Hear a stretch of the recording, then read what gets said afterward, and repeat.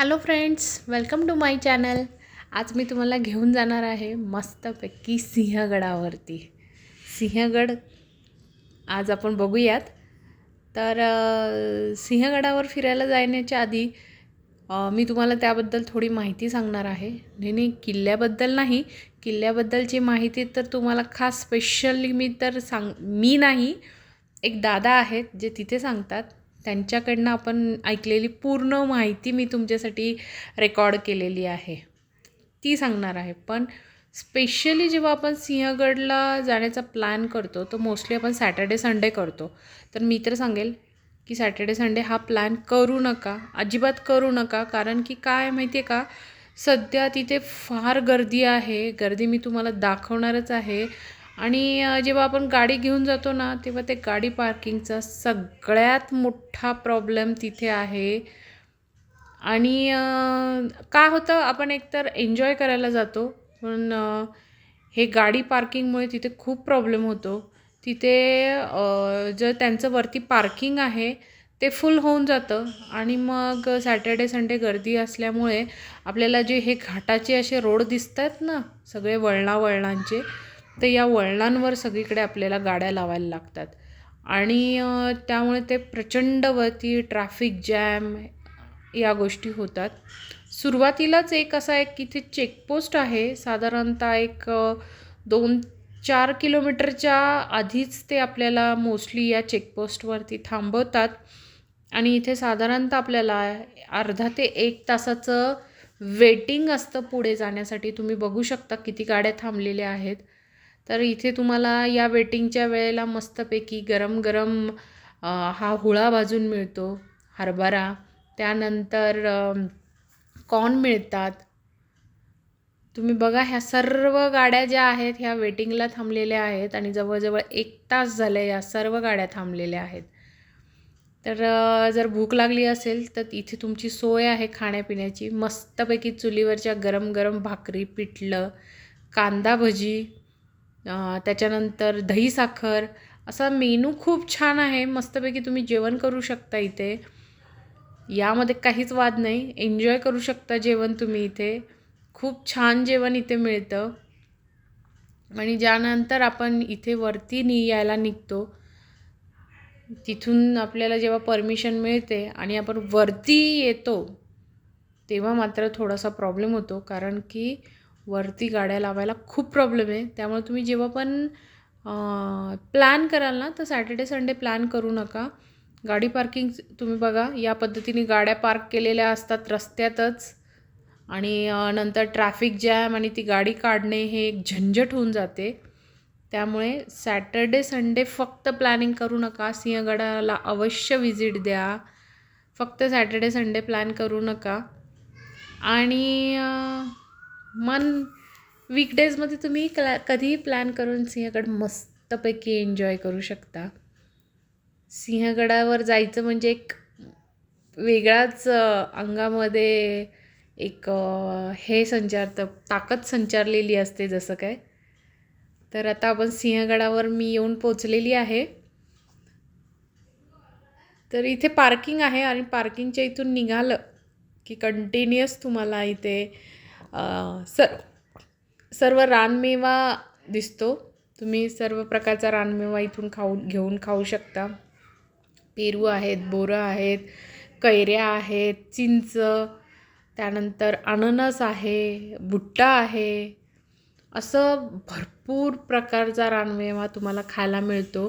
त्याचप्रमाणे सर्व प्रकारचे कोल्ड्रिंक्स आहेत, सरबत आहे, गोळा आहे, काय म्हणू नका ते सर्व खाण्यापिण्याचे पदार्थ इथे मिळतात. जाता जाताच तुम्हाला तिथे मस्तपैकी गरम गरम शेंगा उकडत असतात, त्या मिळतात. तर एन्जॉय करण्यासारखं ठिकाण आहे. फक्त सॅटर्डे संडे जाऊ नका, वीकडेजमध्ये कधीही जा आणि मस्तपैकी एन्जॉय करा सिंहगड. तर बघा तुम्ही, मस्त वातावरण झालेलं होतं, खूप छान असं ते दृश्य होतं. आणि दोन्ही बाजूलाही अशी दुकानं आहेत. प्रचंड गर्दी होती सॅटर्डे संडेला.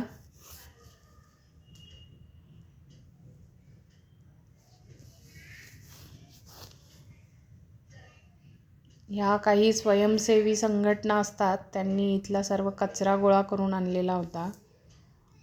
तर अशा प्रकारे हे सिंहगड तुम्ही बघून घ्या. मी दाखवते सर्व बाजूनी तुम्हाला.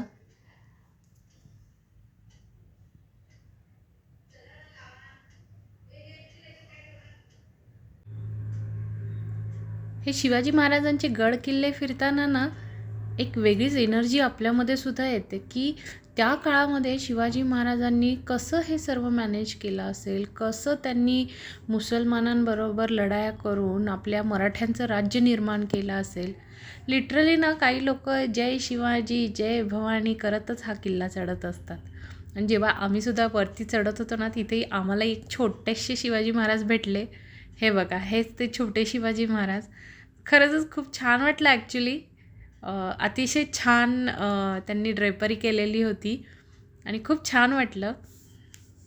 तर आणि इथे जेव्हा आपण येतो ना, ह्या उन्हामध्ये हे मटक्यातलं थंड दही आणि साखर खाण्यात जी मजा आहे ना, ती खूप वेगळी आहे.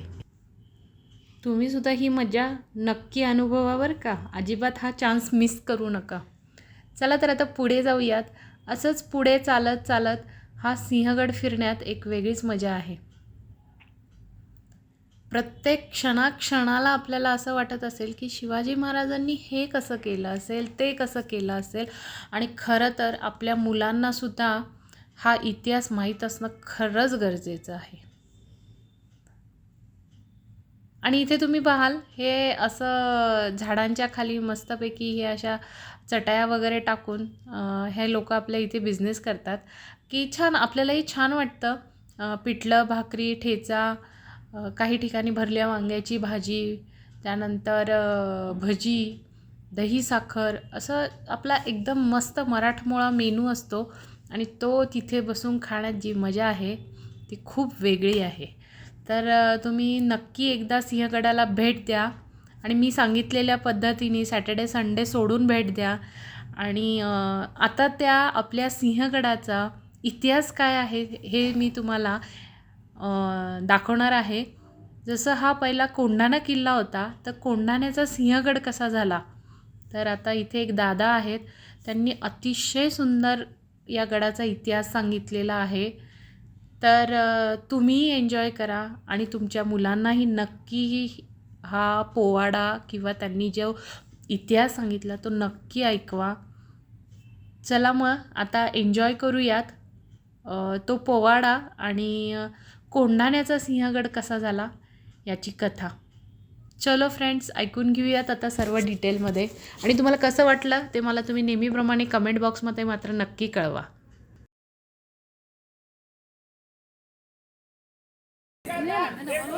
गडाचे नाव गड कोंढाणा असताना इथून आपल्याला समोर एक किल्ला दिसतो. त्या गडाचे नाव आहे पुरंदर. काय आहे माहितीये का? पुरंदर. तर त्यावेळेस काय झालं माहितीये का की समोर असणाऱ्या पुरंदर गडाचा तह झाला आणि त्यावेळेस पुरंदरच्या तहामध्ये महाराज काय म्हटले, उदय त्या ठिकाणी जसं या गडावर राज्य करता उदयभान राठोड आला, या गडाचं नाव कोंढाणा म्हटल्यावरती तुम्हाला माहितीये का याचा इतिहास इथून पुढे नाही. तर तुम्हाला सांगतो याचा इतिहास तिथून आधीचा असा होता की पुरंदर गडाचा तह झाला आणि पुरंदरच्या तहामध्ये मिर्झा राजा जयसिंग आणि दिलेर खान या दोघांनी त्या ठिकाणी 80,000ची फौज घेतली, पुरंदर गडाला वेढा घातला आणि तो पुरंदर गडाचा तह केला. तर त्या पुरंदरच्या तहामध्ये महाराज काय म्हटले माहितीये का तुम्हाला? आम्ही देऊ तुम्हाला 23 किल्ले. किती किल्ले द्यायची वार्ता झाली? 23 किल्ले.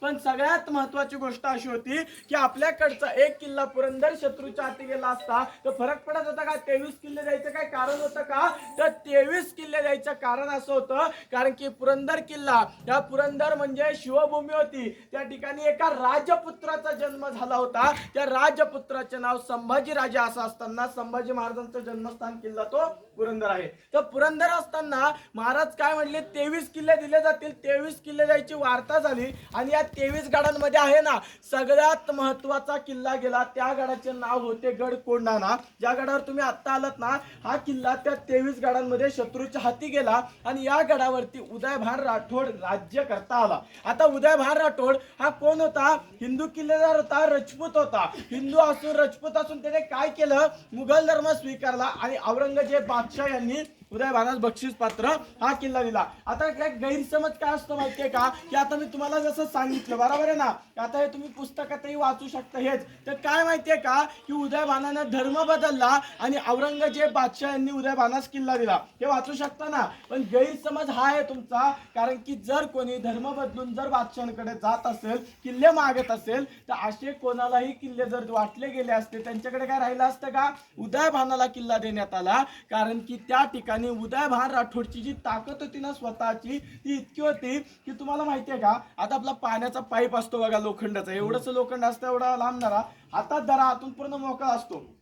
वाकवण्याचा प्रयत्न केला ना, इकडून इकडून हात लाल होतील तर पाईप वाकला जात नाही. पण त्याच ठिकाणी तेवढ्याच जाडीची पूर्ण भरीव, त्याला पहार म्हणतात, जे पूर्ण भरीव लोखंड असतं, इतकी जाड पूर्ण भरीव लोखंडी पहार त्याने हातात धरली. सहज वाकवायचा ना, आपला मराठीमध्ये जो 4 असतो ना, हा 4चा आकडा बनवायचा. ही उदयभानाची ताकद होती. उदयभानाची ताकद असताना उदयभान एकटा नसून 1800 सैन्य घेऊन शत्रूला मिळाला. आणि तेच त्या ठिकाणी 1800 सैन्य असं होतं जे उदयभानासाठी रात्री 12 वाजता उठून जरी जीव द्या म्हटलं तरी द्यायला ते तयार होतं. मग असं 1800 सैन्य, हत्तीची ताकद त्या ठिकाणी गेल्यावरती त्याला किल्ला बक्षीस पात्र देण्यात आला. असं सहजासहजी धर्म बदलून किल्ले मिळत नव्हते. त्या ठिकाणी उदयभानाला किल्ला प्राप्त झाला. आणि तुम्हाला सांगतो काय झालेलं आहे माहितीये का, त्यावेळेस किल्ला गेला. आत्ताचं उदाहरण घ्या तुम्ही, साधारण सोपं उदाहरण आहे, जास्त काही हे नाही. पण आता समजा 2 सख्खे भाऊ असतील, 2 एकर जागा असेल, 1-1 एकर वाटली गेली बघा. वाटल्याच्या नंतर ना काय असतं माहितीये का, किती 1-1 एकर वाटली गेली, त्यानंतर मध्ये बांध असतो बघा, बांध. तो बांध थोडासा इकडे तिकडे झाला ना, आत्ताच्या काळात भांडणं होतात, भांडणांवरनं सक्का भाऊ असला तरी मर्डर होतात, ही आत्ताची गोष्ट. आत्ताच्या काळातली माणसं जर तेव्हा असती काय म्हटली असती की उदयभाना हा किल्ला तुला बक्षीस पात्र मिळाला, गडाची भिंत इथं संपते, इथून इकडे आला तर सांगितलं नाही म्हणशील. असं चालत होतं का त्या काळात?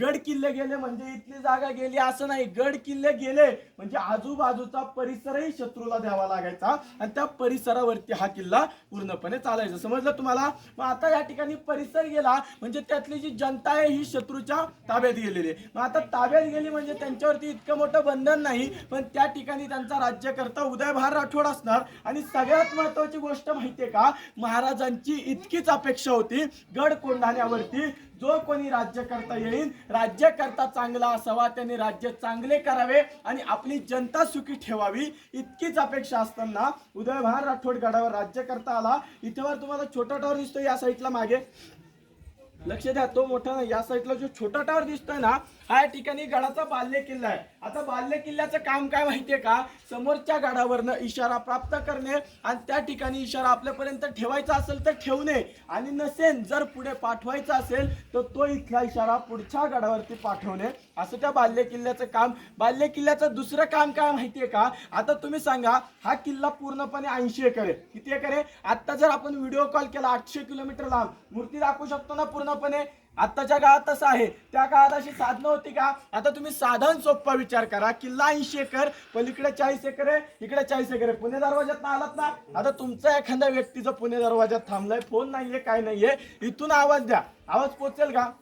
शक्य तरी आहे का? मग आता आवाज देण्याचा एक इशारा असायचा. आता दुसरे इशारे कसे असायचे? मग गंज पेटवणे, तोफा, छोट्या छोट्या वेगवेगळ्या आवाजाच्या तोफा होत्या, तोफा वाजवणे. त्या ठिकाणी काय, मग मशाली वगैरे पेटवल्या जायच्या. गंज म्हणजे मोठी, मशाल म्हणजे एवढी एवढी त्या ठिकाणी मशाल पेटवली जायची. तर असे काही इशारे होते. मग आता हे कसे आवाज कानी ऐकू येतो, आता जे इशारे सांगितले हे आपण डोळ्यांनी बघू शकतो. समजलं? आता तुम्ही विचार करा, ह्या भिंती एवढ्या उंच आहेत आपल्या हाईटपेक्षा, पण भिंतीच्या पलीकडे कोण काय करते ते इथे कळणार आहे का?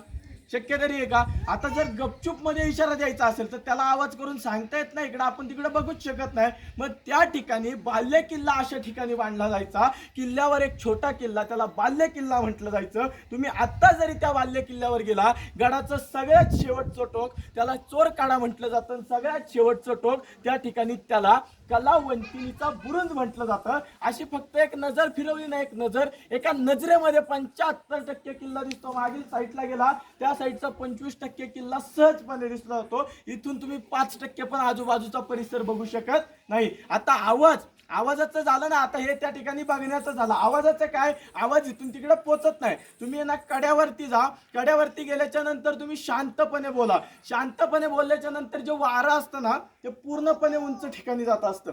वारं आहे, शांतपणे जरी बोललं तरी तिथं जो माणूस आहे ना, त्याला पूर्णपणे समज. आता माझा जरी आवाज तिथे गेला नाही ना, त्या कड्यावरच्या वाऱ्याच्या द्वारे तो आवाज सहजपणे त्याच्या कानी पडतो. समजलं बाल्य किल्ल्याचं काम. आता काय झालेलं आहे, या बाल्य किल्ल्यावरती शत्रूचा त्या ठिकाणी महाल उभा झाला आणि शत्रूचा महाल असताना त्यास उदयभान राठोड, आता महाराजांच्या अपेक्षा आहे आपली जनता सुखी राहिली पाहिजे, पण उदयभानानं काय केलं, स्वराज्यामध्ये असणारा सगळ्यात मोठा नियम मोडला. तो उदयभान राजस्थानवरनं 3 मुलींना बंदिस्त करून या गड कोंढाण्यावर घेऊन आला आणि गड कोंढाण्याचा सगळ्यात शेवटचा कोपरा, त्या ठिकाणी त्या मुलींची नाच गाणी पाहून मुलींवर अत्याचार करू लागला. आता त्या ठिकाणी तो कोपरा म्हटलं, या कोपऱ्याचं नाव, आता जर तुम्ही खालच्या रस्त्याने गेला ना, गडाचा शेवटचा कोपरा काय आहे, लोक काय सांगणार माहितीये का तुम्हाला, इथले असतील किंवा बाहेरचे काय सांगणार, बाबा हवा पॉईंट जाऊन आलो, इथले काय सांगणार, जा मागे हवा पॉईंट आहे त्या ठिकाणी. पण हवा पॉईंट अशी नाव होती का त्या काळात, होती का? त्या बुरुजाचे हवा पॉईंट नाव का आहे आणि त्याचे खरे नाव का होते हे तुम्हाला सांगतो. तर त्या ठिकाणी आपल्या पश्चिम भागामध्ये खडकवासला धरण आहे, पानशेत धरण आहे, वरसगाव धरण आहे. पाण्याची वाफ तयार होते, हवेचा दबाव त्या ठिकाणी जास्त असतो, हवा पॉईंट नाव दिलेलं आहे. आत्ताच्या लोकांनी ते नाव ठेवलंय. त्या बुरुजाचे खरे नाव त्या ठिकाणी कलावंतिनीचा बुरुज आहे. तर तो बुरुज कसा आहे माहितीये का तुम्हाला, उंच असा कट्टा आहे आणि समोर इतकं मैदान आहे की कमीत कमी 400-500 मावळे बसून त्या मुलींची नाच गाणी, त्या स्टेजवरती नाचणाऱ्या मुलींची नाच गाणी सहजपणे बघू शकतात. समजलं? उंच कट्टा आहे आणि त्या ठिकाणी तेव्हाही वारं येत असेल, पण तुम्हाला सांगतो त्याला मागे भिंतींचं बांधकाम होतं, आता पडण्यात आलंय. तर एवढं त्या ठिकाणी पुढे मैदान असल्यामुळे त्या ठिकाणी मुलींची नाचगाणी पाहता येतात. आता कलावंतिनी नाव का, आता आपण कसं म्हणतो की बाबा हा कलाकार आहे, तसं त्या मुली नाचल्या ना, नाचणे काय कला आहे आणि मुली नाचल्या म्हणून कलावंतिनीचा बुरुज असे त्याचे नाव ठेवण्यात आले. आणि त्या मुलींची नाव माहितीये का तुम्हाला, त्या मुलींची नावं कमल कुमारी, देवल देवी आणि पद्मशिला अशी असताना त्या मुलींची जी मूर्ती आहे ना, इथे तुम्हाला समोर दिसेल. दिसली का इथे? थोडं सावलीला ना इकडे, ते उन्हातलं इकडे दिसती का? ही जी मूर्ती आहे ना, हीच त्या 3 मुलींची मूर्ती होती ज्या मुली गडावरती बंदिस्त होत्या. आणि सगळ्यात महत्वाची खरी गोष्ट तुम्हाला माहितीये का, याच्या 3 मुली तुम्हाला समोर दिसत आहेत ना, अशा 3 मुली नसून खालच्या गावातल्या अनेक मुली त्या मुलींसोबत गडावरती बंदिस्त होत्या. आणि बंदिस्त असताना हीच वार्ता त्या ठिकाणी, हीच वार्ता समोर असणाऱ्या राजगडावर पोहोचली. तुम्हाला सांगतो, इथून राजगड किल्ला दिसतो, तोरणा किल्ला दिसतो, पुरंदर दिसतो, दिसणारे 3 किल्ले आहेत आणि गडाच्या गोल वेढ्यावरती 11 किल्ले आहेत. आता तुम्ही सांगा 11 किल्ल्यांचा या गडाशी संबंध काय, तो संबंध कसा हे तुम्हाला सांगतो. आता तुम्ही जसं पाहितलं या साईडला तोरणा इकडे, बरोबर का, इथं राजगड आहे, पुरंदर कुठे, तो पुरंदर पुढे. आता या गडा 11 किल्ल्यांचा केंद्रबिंदू हा 12वा गड कोंढाणा होता. मग 11 किल्ले का मोजले जातात, काही कारण असेल ना, काहीतरी कारण असेल, तेव्हा याला 12वा केंद्रबिंदू म्हटलं गेलं. तर त्याचं कारण असं होतं की आता तुम्हाला सांगतो, एक किल्ला गेला म्हणजे आपलं पुढचं त्या ठिकाणी जे कामकाज आहे हे त्या ठिकाणी ठप्प झालं. म्हणजे काय झालं, आता तुम्ही समोर जर पाहितलं, ह्या साईडला तोरणा किल्ला कुठं, आता त्यानंतर पुरंदर हे याच्या उलट्या दिशेला समोर. आता मग काय झालेलं आहे माहितीये का, की या ठिकाणी या समोर असणाऱ्या तोरण्यावरनं जर काही इशारा किंवा काही माहिती ही पुढे पोहोचवायची असेल, तर मग तिथून काय केलं जायचं, त्या बाल्य किल्ल्यावरनं ह्या बाल्य किल्ल्याला इशारा दिला जायचा, या बाल्य किल्ल्याचा इशारा पुढे प्राप्त व्हायचा. समजला? जसं रायगडवरनं राजगड दिसतो, राजगडवरनं तोरणा दिसतो, तोरणा राजगडवरनं गड कोंढाणा दिसतो, कोंढाण्यावरनं पुढे पुरंदर वगैरे दिसला जातो. तर तुम्हाला माहितीये का, अशी ही लिंक होती. काय आता ही लिंक होती म्हटल्यावरती त्या ठिकाणी हा गड कोंढाणा गेला. गड कोंढाणा गेल्यावरती इथून तिकडे इशारा प्राप्त होणार आहे का, आपला दिसतो का एकमेकांना किल्ला, त्या ठिकाणी एकमेकांना तो किल्ला दिसत नाही, इशारा प्राप्त होत नाही. मग बाल्य किल्ल्याचं सगळ्यात मोठं काम होतं आणि हा 12वा त्यांचा केंद्रबिंदू होता. तुम्हाला माहितीये का, दिसणारे किल्ले 3 आणि असणारे 11 आहेत. 11 गडांची नावं सांगतो, दिसणारे 3 तर तुम्हाला कळले, राजगड, तोरणा, या साईडचा पुरंदर. आता गोलवेढ्यावरती 11, असणारे किल्ले कोणते, त्या साईडला रायगड आहे, राजगड, पुरंदर, त्या ठिकाणी तोरणा झाला, वज्रगड, तुंग, तिकोना, लिंगाणा, शिवनेरी, विसापूर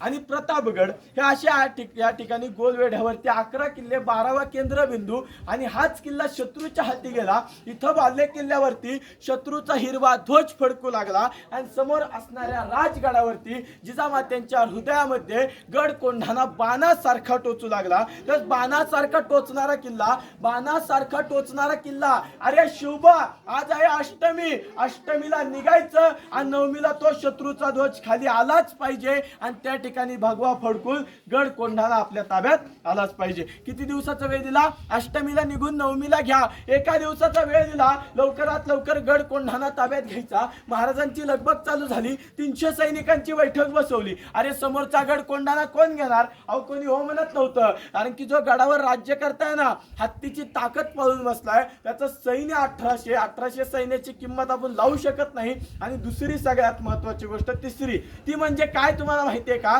हा किल्ला 23 गडांमध्ये महत्वाचा म्हणजे कसा की 22 गडांना मागे टाकतो आणि त्यांचा वार एकटा खंबीरपणे झेलतो. त्याला गड कोंढाणा असे म्हणतात. तुटलेला फुटलेला किल्ला असेल का? हा बळकट किल्ला असणार ना. मग त्या ठिकाणी हा या गडावरती हल्ला करण्यासाठी कोणी हो म्हणत नसताना महाराज काय म्हटले? आम्ही स्वतः निघतो गड कोंढाण्याच्या स्वारीकडे. आता गड कोंढाण्याच्या स्वारीकडे स्वतः निघतो म्हणताच त्या ठिकाणी काय झाले तुम्हाला माहितीये का? की आता तुम्ही जसं या मुलींचं पाहिलं ना, तसं आता महत्वाचं ती तारीख वगैरे लक्षात ठेवा. लक्ष देऊन ऐका, फक्त महत्वाचा भाग आहे. जसं मुलींचं तुम्ही ऐकलं तसं या ठिकाणी तुम्ही समोर पाहताय ना, या ठिकाणी तानाजीराव मालुसरे यांना धारा तीर्थ कोसळून युद्धात वीरमरण प्राप्त झाले. 4 फेब्रुवारी सन 1670 साली इथं वीरमरण प्राप्त झाले. याच्या 2 वर्षांनंतर म्हणजे केव्हा? 4 फेब्रुवारी सन 1672 साली तानाजीराव मालुसरेंच्या देह समाधीची स्थापना या ठिकाणी महाराजांच्या हस्ते करण्यात आलेली आहे. खरी समाधी इथं आहे. समजले कोणती समाधी आहे? देह समाधी. आता तुम्ही तसंच पलीकडे पाहिलं तर नामदार शंकररावजी चव्हाण यांच्या हस्ते त्या प्रतिमा समाधीची स्थापना करण्यात आलेली आहे. फक्त आपल्याला कळावं म्हणून खरी समाधी इथे आहे. कधी त्या ठिकाणी मृत्यू झाला? 4 फेब्रुवारी सन 1670. आता हे काय झालं? या मुलींवरचे अत्याचार जसे बघितले, मालुसरेंच्या या ठिकाणी त्या प्राण गेलेले तुम्ही पाहितले, पण हा भाग नंतरचा आहे. ही दुःखद घटना जरी असली, भाग नंतरचा आहे. आधी काय होतं? आनंदी क्षण होता. मालुसरेंच्या मुलाचे लग्न होते, मुलाचे नाव होते रायबान. रायबाच्या लग्न अक्षदा देण्याकरिता तानाजीराव मालुसरे राजगडावर पोहोचले आणि राजगडावर गेलेले असताना महाराजांच्या समोर गेले. महाराजांच्या समोर गेलेले असताना त्या ठिकाणी महाराज सिंहासनावरनं उठतायत, आम्ही गड कोंढाण्याच्या स्वारीकडे जाऊन येतो. तेवढ्यात मालुसरे, मुजरा मुजरा महाराज मुजरा, आमच्या मुलाचं लग्न, मुलाच्या लग्नामध्ये नक्की यायचं बघा. महाराज म्हणतात मालुसरे, मुलाचं लग्न थाटामाटाने लावून द्या, गड कोंढाण्याच्या स्वारीवर जाऊन येतो आशीर्वादाला. अहो महाराज, तुम्ही त्या गड कोंढाण्याच्या स्वारीवर जाणार? आम्ही आमच्या मुलाच्या लग्नामध्ये वरबाप शोभले जात नाही. आधी लग्न होईल त्या कोंढाण्याचं, आधी लग्न होईल त्या कोंढाण्याचं, मग होईल ते माझ्या रायबाचं. अहो लाख गेले तरी चालतील, लाखांचं पोशिंदा जाता कामा नये. निवडक 500 सैन्य घेतलं आणि गड कोंढाण्याकडे स्वारी काढली. आता तुम्ही काय विचार करत असाल माहितीये का? की गडावरती 1800 सैन्य, मालुसरे 500 सैन्य कसं काय घेऊन आले? तर तुम्हाला सगळ्यात महत्वाची आणि खरी गोष्ट सांगतो, मराठ्यांचा खरा इतिहास आहे. मराठ्यांनी कधी जास्त सैन्य नेऊन कमी सैन्य मारलं नाही, कमी सैन्य नेऊन जास्त सैन्य मारण्याचा तो त्यांनी वापर केला. जास्त सैन्य मारलं आणि त्याच्यासाठी जे डोकं वापरलं याला गनिमी कावा असं म्हणतात. समजलं तुम्हाला? कमी सैन्यामध्ये आता तुम्ही कुठला इतिहास वाचा, कमी सैन्य जास्त मारलंय, जास्त मारण्याचा प्रयत्न केलाय आणि तो प्रयत्न करताना त्यांनी जे डोकं वापरलं त्याला गनिमी काव्याने सक्सेस पूर्णपणे दिलेलं आहे. तर आता सगळ्यात महत्वाचा गड ताब्यात घ्यायचं म्हणल्यावर त्या ठिकाणी काय पाहिजे? सगळ्यात महत्वाचा गनिमी कावा. आणि गनिमी कावा करण्यासाठी सगळ्यात महत्वाची म्हणजे या ठिकाणाची माहिती. ज्या ठिकाणी गनिमी कावा करतोय, मग गनिमी कावा करायचं ठरवलं आणि त्या ठिकाणी आहे ना, तुम्हाला सांगतो एक निवडला म्हणजे आता आपण जसं पॉइंट, तर त्या ठिकाणी आहे ना त्यांनी एक पॉइंट निवडला. तो पॉइंट म्हणजे काय? एक मेट होतं. आता मेट म्हणजे काय, कशाला म्हणतात माहितीये का तुम्हाला? मेट हे कशाला म्हटलं? आता हे काही नवीन नाव नाहीये, शब्द जुनाच आहे, फक्त तुमच्या ऐकण्यात नवीन असेल. का माहितीये का? कारण तुम्ही पाण्यातले किल्ले सोडून दिले. पाण्यातले किल्ले सोडल्याच्या नंतरनं जे असे हे गड, हे जे आपले गड किल्ले आहेत ना असे जमिनीवर असणारे, याच्या गोल वेढ्यावरती मेटा असतं. ते मेट म्हणजे काय तुम्हाला सांगतो. मेटांचं काम काय होतं आणि मेटा हा शब्द कशासाठी? आता मी कसं म्हणतो की मी गावामध्ये राहतो, शहरात राहतो, वाडीत राहतो किंवा वस्तीत राहतो, तसं त्या ठिकाणी काय आहे, काही लोक म्हणतात की मी मेटावर राहतो. आता मेटावर राहतो म्हणजे काय? तर तुम्हाला माहितीये का मेट कशा ठिकाणी असतं? उतरणारे जे डोंगर असतात ना गडाचे, आता गडावरनं उतरताय डोंगर, जे उतरणारे डोंगर असतात, अर्ध्या डोंगरावर जी घरं असतात, 4-5 घरं त्या ठिकाणी बांधली जातात, त्यांना मेटा असं म्हटलं जातं. त्या मेटांचं काम काय होतं, मेट बघत असं गाव सोडायचं आणि वरती जंगलात राहायचं, त्याचा काय उपयोग होता का? त्या ठिकाणी मेटांचं काम काय होतं, आता तुम्ही गडावर आला, गडावरती येताना खाली चेकपोस्ट आहे. चेकपोस्ट कशासाठी आहे माहितीये का? गडाचा अपमान व्हावा नाही, मदपान धूम्रपान गडावर यावं नाही म्हणून त्या ठिकाणी चेकपोस्ट आहे. तसं त्या काळामध्ये गडावरती चुकीची गोष्ट जावी नाही, गडावरच्या राज्यकर्त्याला त्रास व्हावा नाही आणि गडावरनं चुकीची माहिती बाहेर जावी नाही म्हणून त्या ठिकाणी ती मेट चौकीचं काम करायची. समजलं तुम्हाला मेट म्हणजे काय? तर तुम्ही बाकी कुठल्याही गडावर जा, तिथं विचारा मेट आहेत का? या गडाला 8 मेट आहेत, बाकीच्या ठिकाणी 2-3 पेक्षा जास्त तर तुम्हाला सांगितलीच जातील. तुम्ही जर मागे गेलात ना तर नीट लक्ष द्या, 2-3 घरं प्रत्येक डोंगरावरती तुम्हाला दिसतील गडाच्या. तुम्ही पुढे फिरायला गेल्याच्या नंतर बघू शकता. तर त्यातलाच एक निवडला कोळ्यांचा वाडा. आता तो म्हणजे मेट होतं, पण त्या ठिकाणी कोळी समाज राहत असल्यामुळे कोळ्यांचा वाडा म्हणतात. कोळीवाड्यावरती गडाची माहिती घ्यायचं ठरवलं. आता जे कोळी होते ना, हे गडाचे त्या ठिकाणी त्या चौकीचं काम करायचे, चौकीदार होते. समजलं का तुम्हाला? आता चौकीदार म्हटल्यावरती माहिती देत नाही, मग यांनी जागरण गोंधळ घातला आणि गोंधळामध्ये कोळ्यांना फितूर केलं. भाग मोठा आहे आणि तुम्हाला सांगतो, गडाचे चौकीदार म्हटल्यावरती जे कोळे आहेत ना त्या ठिकाणचे, ह्या कोळ्यांच्या माना कापल्या तरी ते गडाची माहिती सांगणार नव्हते. ते सांगत नाही हे माहीत असताना 2 शब्दामध्ये सूर्याजीनं काढून घेतली, कारण की यांचा जीव गेला तरी सांगणार नाही ना. सूर्याजी म्हणतो 2च शब्द वापरणार, पण पूर्ण गडाची माहिती मी घेणार. मग त्या ठिकाणी जागरण गोंधळात फितूर केला. हा भाग थोडासा सोडून देतो, मला पोवाड्यामध्ये नंतर ना ऐकवतो. मग त्या ठिकाणी त्या कोळ्यांना फितूर केलं, सहजासहजी झाली नाही. मग द्रोणागिरीच्या कड्याची माहिती घेतली. आता तुम्हाला यशवंती माहिती आहे का? यशवंती माहिती आहे का कोणाला?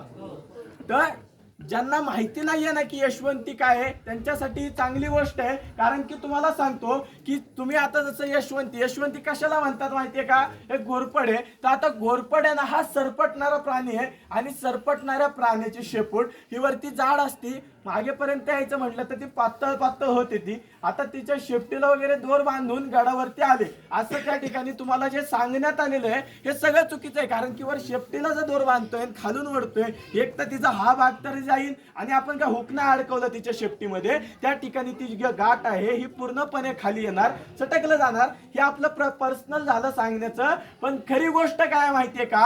घोरपड हा प्राणी पाळला जात नाही. आणि तुम्ही जे यशवंती नाव ऐकलं आहे हे काही पोवाड्यांमध्ये रंगवल्या गेलेली एक दंतकथा आहे, एक इतिहास आहे. तर तुम्हाला बखर माहितीये का कशाला म्हणतात? बखर माहितीये का? बखर म्हणजे काय? आताच आपण जे बारीक लिहितो त्याला पुस्तक म्हणतो. त्या काळामध्ये जी पुस्तकं लिहिली गेली, त्या काळामध्ये जे मागं तुमच्या ताम्रपत्र दिसतात का, जे अशा ताम्रपत्रांवरती जो इतिहास लिहिला गेला पुस्तकांमध्ये, त्याला बखर असे नाव आहे. समजलं तुम्हाला? त्या काळातली जेवढी जाडजाड पुस्तक होती त्याला बखर असे म्हणतात. त्यातलीच एक बखर, त्या बखरीचे नाव चित्रगुप्त असे आहे. या चित्रगुप्त बखरीमध्ये काय उल्लेख आहे तुम्हाला माहितीये का? त्या चित्रगुप्त बखरीमध्ये असा उल्लेख आहे की ताना मालुसरेनं द्रोणागिरीचा कडा वानराप्रमाणे सर केला, वानराप्रमाणे सर करून गडावर हल्ला केला. आता त्यात वानर नव्हतं, काय वानर नव्हतं, वानराप्रमाणे म्हणजे वानर काय करते, इथे पकडले आपण एक पाऊल अजून वर जाऊ, असं हळूहळू वरती चढू शकतं, त्याला अंदाज येतो, ते चढतं. तसं मावळ्यांना तो कडा सर करायला लावला. तो कडा चढून मावळे गडावर आले आणि गडावर हल्ला केला. याबद्दलची तुम्हाला अधिक माहिती आहे ना, समोर असणारा त्या ठिकाणी जो त्या किल्ले कोंढाणा उर्फ सिंहगड हा जो ताम्रपत्र आहे ना, या ताम्रपत्रावरती ती माहिती देण्यात आलेली आहे. तर त्यामध्ये चित्रगुप्त नावाच्या बखरीमध्ये हा उल्लेख आहे. तर गडावर हल्ला झाला. हल्ला झाल्याच्या नंतर ना मुलींची नाच गाणी पाहणार 350 पठाण मालुसरेने एकट्याने कापलं आणि उदयभानावर युद्धाला सुरुवात झाली. आता युद्धाला सुरुवात झाल्यावर काय झालं माहितीये का? उदयभानाचा पहिलाच वार तानाजी मालुसरेंच्या ढालीवर झाला. ढालीचे 2 तुकडे होऊन ढाल मागील साईडला खाली कोसळली. आता ढाल कोसळली म्हणल्यावरती हा योद्धा थांबला का? थांबला नाही. काय केलंय माहितीये का? कमरेचा शिला काढला, हाताला गुंडळला, ढाली सारखा वापर केला. साधारण सोपा विचार करा, जर ढाल तुटते कापडी शिला टिकेल का? शक्य तरी आहे का? तोही फाटला, फाटल्यामुळे हातावर वार झाला, मागील साईडला हात तुटला गेला, एका हातानं मावळा या ठिकाणी येऊन धारातीर्थ कोसळला. आता धारातीर्थ कोसळल्यावरती त्या ठिकाणी काय केलं माहितीये का? उदयभानानं त्या ठिकाणी लात मारली. आता लक्ष द्या, थोडासा महत्वाचा भाग आहे. उदयभानाने या ठिकाणी लात मारली, अपमान केला, तो कल्याण दरवाजाकडे पळू लागला. जे तुमचे 2-3 प्रश्न असतील ना ते मी स्वतः सोडवतो, तर फक्त लक्ष द्या आणि ऐका की गनिमी कावा कशाला म्हणतात. आता तिथे जागरण गोंधळ घातला ना, याच्यासाठी 3 तास घालवले त्यांनी. किती तास घालवले? 3 तास त्या कोळीवाड्यावर घालवले. मग त्याचा पुढे काहीतरी उपयोग आहे म्हणून ते वेळ घालवला. नाहीतर एका दिवसात किल्ला घ्यायचा असं 3 तास जागरण गोंधळ करत बसत उपयोग आहे का? पण उपयोग असल्यामुळे वेळ घालवला. तर गनिमी कावा काय केला ना हे मी तुम्हाला सांगतो. आणि गनिमी कावा काय असते हे समजेलच तुम्हाला. इथं ज्या तानाजी मालुसरे धारातीर्थ कोसळले, काय झालं? आपल्या मावल्याच्या दोराने वरती आलते ना, त्याच दोराने उतरून पळू लागले. कारण की आपला वीर या ठिकाणी धारातीर्थ कोसळला. आता मावले त्या ठिकाणी पळतायत, मालुसरे धारातीर्थ कोसळले. मग आपला खेळ राहिलाय का संपलाय? पूर्णपणे संपलाय. समजलं का तुम्हाला? आपला आहे का कोण लढण्यासाठी? कोणच नाही. लक्ष द्या फक्त. आता तुम्हाला महत्वाची गोष्ट सांगतो की त्या ठिकाणी आपला खेळ संपलाय. मग संपत आलेला खेळ, लक्ष द्या, संपत आलेला खेळ आणि हारत आलेलं युद्ध जे पलटून जिंकतात त्याला गनिमी कावा असे म्हणतात. तर गनिमी कावा काय झालंय तुम्हाला पुढे समजेल. पण तुम्हाला सांगतो, इथं लात मारली. लात मारल्यावरती उदयभानाला पळण्यासाठी हा पूर्ण भाग होता. आणि या भागामध्ये रस्ते किती आहेत माहितीये का? 2 कोणते? एक तुम्ही आला तो पुणे दरवाजा, दुसरा तो कल्याण दरवाजा. आता लक्ष देऊन आहे का, तुम्हाला सांगतो की त्या ठिकाणी उदयभानाकडे एवढा भाग होता. उदयभानीकडे का पळाला नाही? कारण की आपलं सैन्य जे गडावर चढलं होतं हे पलीकडच्या भागातून मागून त्यांनी हल्ला केला होता. आणि तिकडून आपलं सैन्य असताना आपलं जे अर्ध सैन्य होतं हे त्या ठिकाणी पलीकडून आलेलं आहे वरती. आणि उदयभानाचं जे अर्ध या साईडचं आहे यांची समोरासमोर युद्धाला सुरुवात झालेली आहे. पण हे जे अर्ध युद्ध चाललंय ना, हे युद्ध कुठे चाललंय? पलीकडच्या भागामध्ये. इकडून आपले तिकडून उदयभानाचे युद्ध चाललंय पलीकडच्या भागामध्ये. या मागील भागातून पूर्णपणे गडाला वेढा घालणारी जी तटबंदी आहे, या तटबंदीवरती असणार किती सैन्य? 1200 सैन्य हे लढण्यासाठी कुठे गेलंय? माग. आता सैन्य मागे गेलं म्हटल्यावरती हा भाग राहिला ना उदयभानाला पळायला. मग तुमच्या मनात प्रश्न काय राहतो की मग उदयभान कल्याण दरवाजा सोडून त्या ठिकाणी पुणे दरवाजानं का पळाला नाही? तर तुम्हाला सांगतो, गड किल्ला गेला. मी तुम्हाला पहिलेच सांगितलं, गड किल्ले गेले म्हणजे आजूबाजूचा परिसर जायचा. आणि आजूबाजूचा परिसर गेलाय म्हणजे पुणे प्रांत त्याच्या ताब्यात होता असं नाही. कारण की पलीकडे जो पुरंदर किल्ला आहे, पुरंदर गडाच्या परिसरातील आपलं जे सैन्य आहे, या सैन्याच्या नजरेत चुकून जर उदयभान आढळला तर त्याला त्या ठिकाणी जिवंत गाडला गेला. हे उदयभानाला समजलेलं आहे. आता मग कल्याण दरवाजाकडून का पळाला? इकडे सैन्य नव्हतं का? तर तुम्हाला सांगतो, सगळ्यात महत्वाची गोष्ट, ज्या सह्याद्रीच्या ज्या डोंगर रांगा आहेत ना, सह्याद्रीच्या ज्या डोंगर रांगा त्या इथून पुढे चालू होतात. म्हणजे गड कोंढाण्यापासून इकडे नजर टाकली ना, आता वातावरण खराब आहे, तुम्हाला पूर्ण हा जो डोंगर आहे ना कुठं संपलेला दिसणार नाही. समजलं का तुम्हाला? इथून या पुढे डोंगर रांगा चालू झालेल्या आहेत. उदयभान जे इकडून कल्याण दरवाजाला खाली उतरतोय, डोंगराद्वारे पळण्याचा प्रयत्न करतोय, तो पळून जाऊ शकतो. समजलं का तुम्हाला? म्हणून उदयभान कल्याण दरवाजाकडून पळाला. आता काय झालंय? इकडं कोणच नाही. उदयभान पळतोय. अरे पळता पळता दरवाजा दिसतोय. दरवाजा उघडायचा आणि पळून जायचा मनात विचार येतोय. त्याआधी त्याला एक आवाज आला. आता पळून जायचा विचार आला, त्याच्या आधी आवाज आला. पण तुम्हाला सांगतो, आवाज देण्याकरता आहे का कोण तिकडं? सैन्य कुठे आपलं? इकडे लढतंय. मग या ठिकाणी तिकडं कोणच नाहीये, तरी पण आवाज तर आला ना. मग आवाज ऐका काय होता? तो आवाज असा होता, अरे उदयभाना, अरे हिजड्याच्या अवलत तुझी, अरे हिजड्याच्या अवलत तुझी, माझा मुलगा रक्ताच्या थोड्यात पडून गेला आणि छातीत लात मारून पळून निघाला. असेल मग 80 वर्षाच्या म्हाताऱ्यासोबत चाल खेळ. उदयभान चाल खेळू लागला, अंगावर जेब घेतली, त्याला आडवा पाडला आणि त्याच्या छातीवर बसून 80 वर्षाच्या म्हातारे शेलार मामा यांनी उदयभानाला कल्याण दरवाजाच्या टेकडीवर दाताने गळा फाडला आणि ठार मारला एकट्यानं. आणि त्या ठिकाणी तुम्ही विचारात काय पडलाय की आता शेलार मामा एकटे इकडे काय करतायत? तर तुम्हाला माहितीये का, शेलार मामा एकटे नसून मालुसरेंचा भाऊ सूर्याजी व 300 सैन्य त्यांच्या सोबत आहे. 300 सैन्य असताना तुम्हाला सांगतो काही कोळी त्यांच्या सोबतीला आहेत. आता तुम्ही काय म्हणसाल, युद्ध तर इकडे चाललंय, 300 अजून कुठून आणले? अजून 300 आणले नव्हते. त्यांनी काय केलं माहितीये का? तिकडूनही आपलं सैन्य, मागूनही आपलं सैन्य बोलायचा. मागून बोलवायचं म्हणजे गैरसमज करून घेऊ नका. मराठ्यांचा खरा इतिहास आहे, मराठ्यांनी कधीच पाठीवर वार केले नाही. मागून येणारं सैन्य फक्त उदयभानाच्या सैन्याला वेढा घालण्यासाठी होतं. तिकडूनही आपलं इकडूनही आपलं. आता तुम्ही साधन सोपं मला प्रश्नाचं उत्तर द्या, मग तुम्हाला समजेल की गनिमी कावा केला नसता तर युद्ध जिंकता आलं असतं का. मग तुम्ही सांगा, त्या मागच्या कोपऱ्यामध्ये यांनी 200 सैन्य मालुसरे गडावर आलते, जर त्या ठिकाणी 500 सैन्य गडावर घेतला असतं, एक कोपरा आहे असा, समोरून 1800 सैन्य अंगावर आलं असतं, युद्ध झालं असतं का. शक्य आहे का.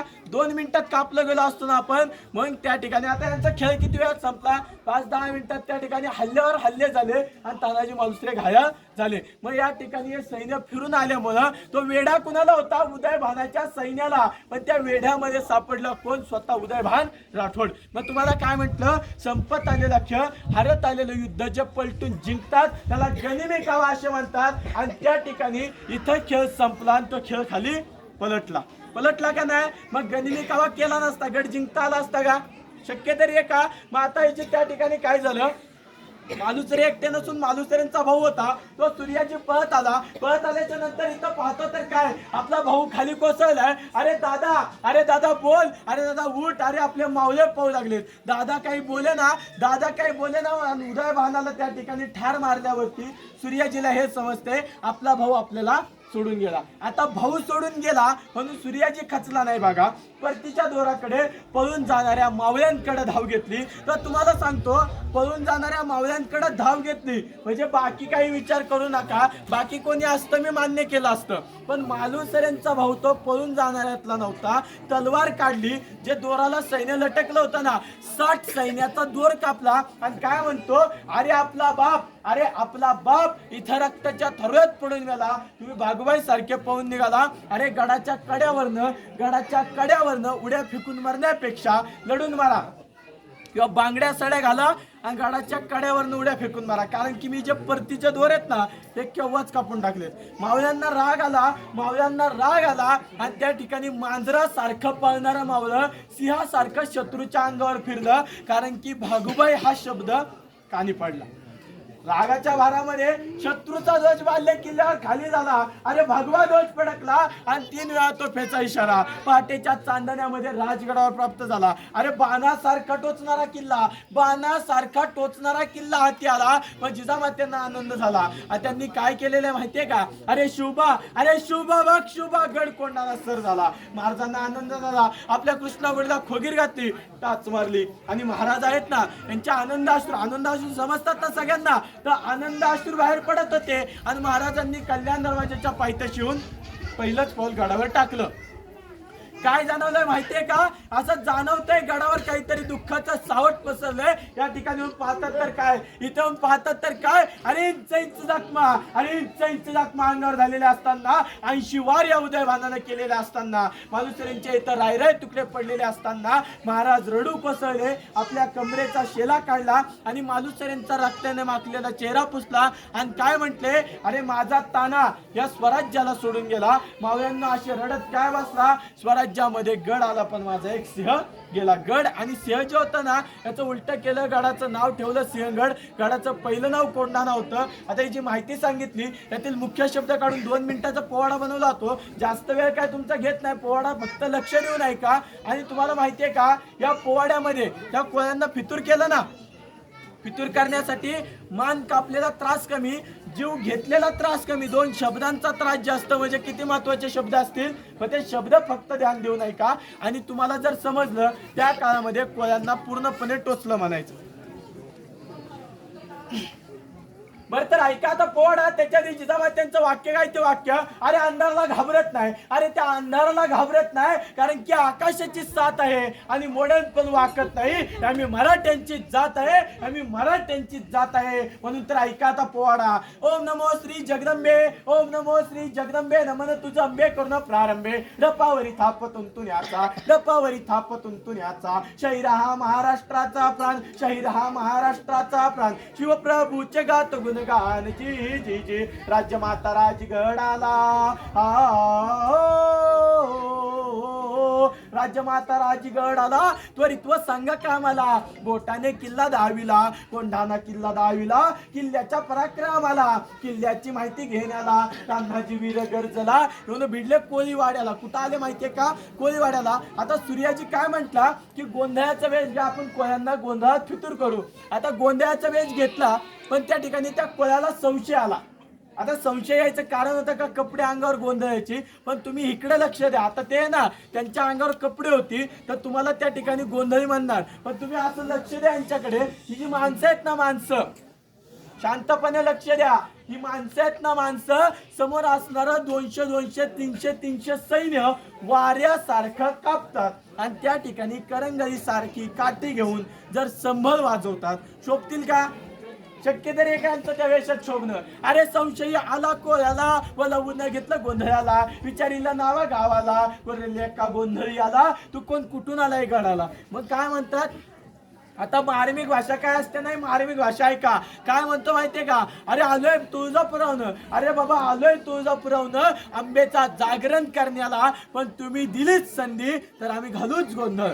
मार्मिक भाषा कोळ्यांना समजली का. संधी पाहिजे कोळ्यांकडून, गोंधळ कुठं घालायचा आहे, गडावरती. अरे तुम्ही दिलीच संधी आम्ही घालूच गोंधळ. जागरण गोंधळाला सुरुवात झाली. आता जागरण गोंधळ चाललाय. कोळीवाड्यावरची काही माणसं झोपेत आहेत, काय माणसं पेंगत आहेत. अहो काही जागी असताना कोळ्यांची झोप उडवण्यासाठी, कोळ्यांना फितूर करण्यासाठी आणि गडाची माहिती घेण्यासाठी मालुसरे काय म्हणतात, अरे सूर्याजी वासकी झाला तुझा गोंधळ, अशी कानाखाली मार, आवाजच आला पाहिजे. मग सूर्याजीनं त्या ठिकाणी गोंधळ थांबवला, शब्द पलटवला आणि सूर्याजी काय बोलू लागला. आता बघा तो काय म्हणतोय, अरे कशी झोप लागली मर्दाला, कशी झोप लागली मर्दाला, तुम्ही आया बहिणी देता दुश्मनाला, आला जा पाहिजे मिशा बाळगायला, जरा देतो बांगड्या लुगड्याला, जरा देतो बांगड्या लुगड्याला, हिचड्यांनो नेसा लुगड्याला. अरे उदयभान आया बहिणी उचलून घेऊन गडावरी गेला, तुम्ही बांगड्या सड्या घालून घरात बसला. अरे लाजा वाटल्या पाहिजे तुम्हाला मिशा बाळगता. मग राग आला कोळ्याला, अरे फितुर करणं कोळ्याला, विचारिलं नावा गावाला. मग म्हटलं वचन द्या आम्हाला, मग आम्ही सांगतो नावा गावाला. कोळ्यांनी दिलं वचन, आला तान्हाजी म्हणती देहाला, किल्ल्याची माहिती घेण्याला, म्हणून आलोय कोळीवाड्याला. कोळीवाड्याला जिराहा जी सर्व सैन्य घेऊन मावळा निघाला. घेऊन शानी फौज तान्हाजी बंधू सूर्याजी आणि संगतीला मामाशी येणार. घे मग सर्व सैन्याचा भार गडावर येऊन फडकवला. भगवध्वजा आणि वार जी जी जी. तान्हाजी येताच गडावर, तान्हाजी येताच गडावर. उदयभान झाला हैराण, 350 पठाण केले ठार आणि उदयभानच्या जबर हल्ल्या पुढं तानाजींची उडविली ढाल. तानाजींचा उडविला हात 80 वर्षाच्या म्हाताऱ्यानं उदयभानला पाडला धरणीला आणि पेटून वशेले बांधले किल्ल्याला. मी शहर ओंकार पढेर गातो पोवाड्याला, गातो पोवाड्याला जिराहा जी जी, गातो पोवाड्याला जिराहा जी जी. जय जिजाऊ, जय शिवराय, हर हर.